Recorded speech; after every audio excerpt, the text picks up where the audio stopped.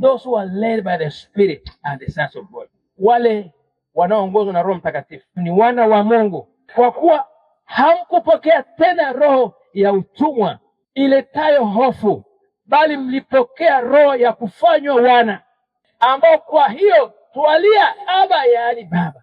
Yaani wewe sasa ni mwana wa Mungu, unaweza kumuita Mungu Baba.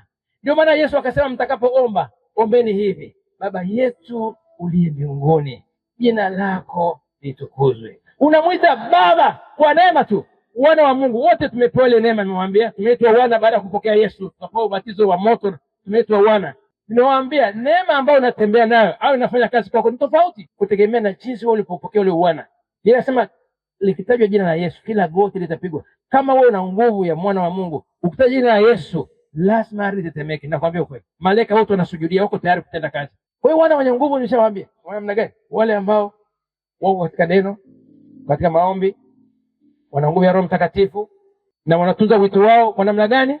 Kwa integrity na juhudi. Behavioral competence, maana wewe unasema kweli, na juhudi maana ni kwamba kuna vipaji ambavyo Mungu amekupa vya elimu. Sema mtafuta elimu, uwe na hekima, uwe na maarifa, uwe na vitu vitatu vizuri. Elimu ya Mungu, the spirit of excellence. Uko katika biashara, sio unafanya tu umeshaingia umekaa. Lazima usome biashara, namna kutunza hela, accounting processes. Biashara mpya ziko wapi? Nikawaambia kwamba watu matajiri duniani kote lazima watoe saa moja kujifunza kitu kipya. Na kuambia kweli, aidha watasoma, aidha wataenda kujifunza kwa mtu mwingine ambaye anafanya vizuri zaidi, aidha watasoma Biblia. Lazima saa moja walitumia shuhuda mbingu na dunia. Wanatesti makaratasi zamani, maana ule ushauri unabaki ardhini, unabaki katika mawingu. Nikwambie kila kitu hapa chochote kinabaki. Biblia ikasema hakuna ushuhuda zaidi ya Roho Mtakatifu. Daudi akasema niende wapi mbali na uso wako? Anaweza yote, anajua kila kitu kusema. Utamficha nini Mungu? Wewe kama wewe unaogopa adhabu ya leo, alafu ukapata adhabu ya kuungua na moto wa milele,